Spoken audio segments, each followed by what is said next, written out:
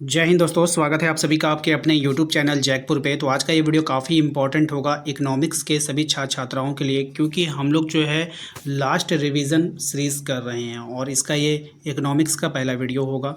इसके साथ ही लगातार हम लोग रिवीजन करेंगे। तो आज के इस वीडियो में हम आपसे 20 सवाल पूछेंगे। कोशिश कीजिएगा कि 20 में से 20 आप सही आंसर कर पाओ और हमें कमेंट बॉक्स में कमेंट कीजिएगा। वीडियो को लाइक कर दो, चैनल पे पहली बार आए तो सब्सक्राइब करना बिल्कुल भी ना भूलें, ताकि आपको हर एक वीडियो का नोटिफिकेशन आपके मोबाइल पे चला जाए। इसके अलावा आप हमारे व्हाट्सएप ग्रुप को ज्वाइन कर सकते हैं, लिंक डिस्क्रिप्शन में मिल जाएगा।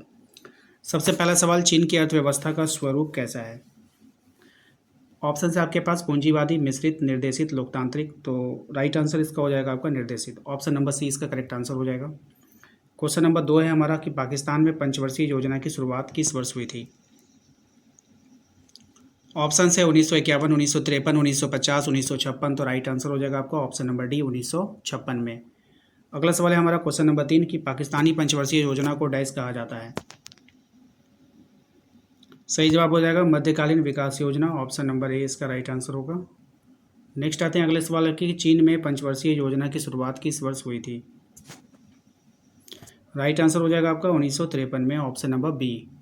अगला सवाल है आपका ग्रेट लीप फॉरवर्ड योजना का संबंध किस देश से है?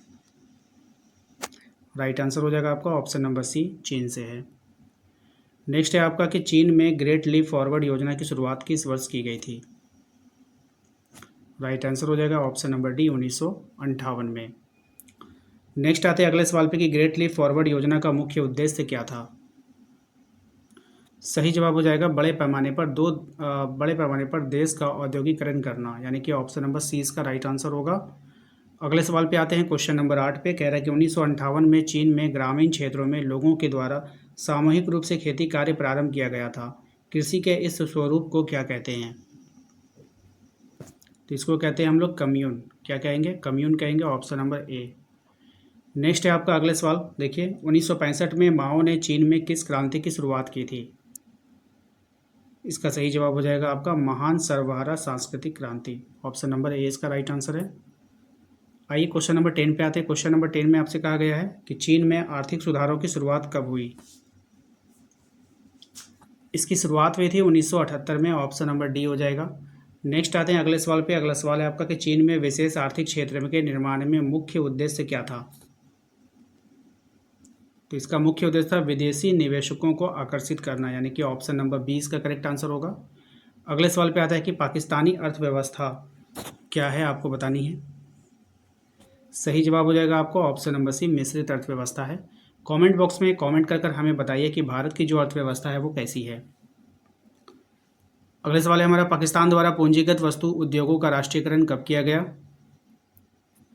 सही जवाब हो जाएगा 1970 के दशक में। ऑप्शन नंबर ए हो जाएगा। पाकिस्तान में वित्तीय सहायता के प्रमुख स्रोत क्या हैं?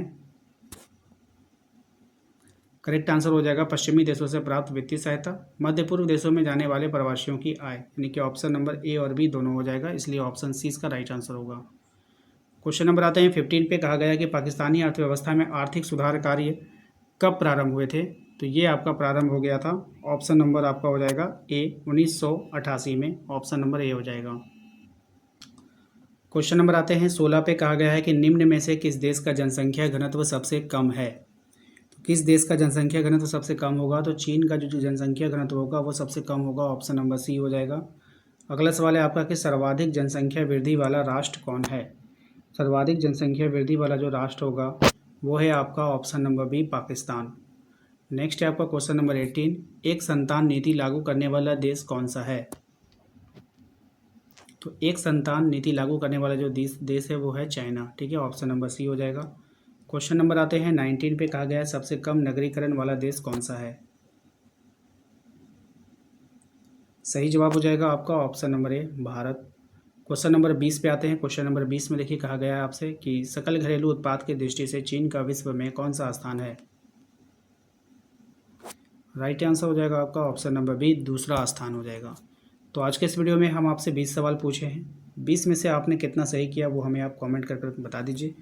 वीडियो को लाइक कर दीजिए, चैनल पे पहली बार आएँ सब्सक्राइब करके घंटी वाले आइकन को प्रेस कीजिए, ताकि आने वाली हर एक वीडियो का नोटिफिकेशन आपके मोबाइल पे चला जाए।